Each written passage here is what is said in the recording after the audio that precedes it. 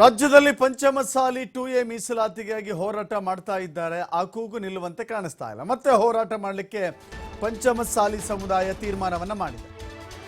ರಾಜ್ಯದಲ್ಲಿ ಅನೇಕ ವರ್ಷಗಳಿಂದಲೂ ಕೂಡ ಪಂಚಮಸಾಲಿ ಸಮುದಾಯ 2A ಮೀಸಲಾತಿಗೆ ಆಗ್ರಹಿಸಿ ಪ್ರತಿಭಟನೆಯನ್ನ ಮಾಡ್ತಾ ಇದೆ.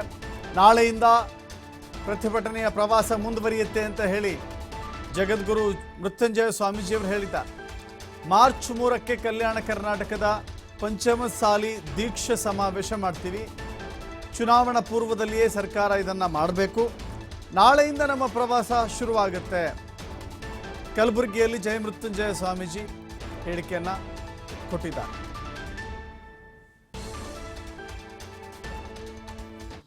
ಕರ್ನಾಟಕ ರಾಜ್ಯ ಮಟ್ಟದ ಪಂಚಮಸಾಲಿ ದೀಕ್ಷಾ ಸಮಾಜದ ಬೃಹತ್ ಸಮಾವೇಶವನ್ನು ಮೀಸಲಾತಿ ಹಕ್ಕೊತ್ತಾಯಕ್ಕಾಗಿ ಲೋಕಸಭಾ ಚುನಾವಣೆಗಳಾಗಲೇ ಮೀಸಲಾತಿಯನ್ನು ಘೋಷಣೆ ಮಾಡಲೇಬೇಕು ಸರ್ಕಾರ.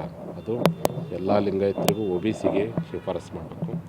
ನಮ್ಮ ದೀಕ್ಷಾ ಪಂಚಮಸಾಲಿಗಳಿಗೆ ರಾಜ್ಯದಲ್ಲಿ 2A ಕೊಡಬೇಕೆನ್ನುವಂಥ 3 ವರ್ಷಗಳ ಹಕ್ಕೊತ್ತಾಯವನ್ನು ಈ ಲೋಕಸಭಾ ಚುನಾವಣೆಗಾಗಲೇ ಸರ್ಕಾರ ಘೋಷಿಸಬೇಕೆನ್ನುವಂಥ ಉದ್ದೇಶಕ್ಕೋಸ್ಕರವಾಗಿ ಈ ಬೃಹತ್ ಸಮಾವೇಶವನ್ನು ಮಾಡಲಾಗ್ತದೆ.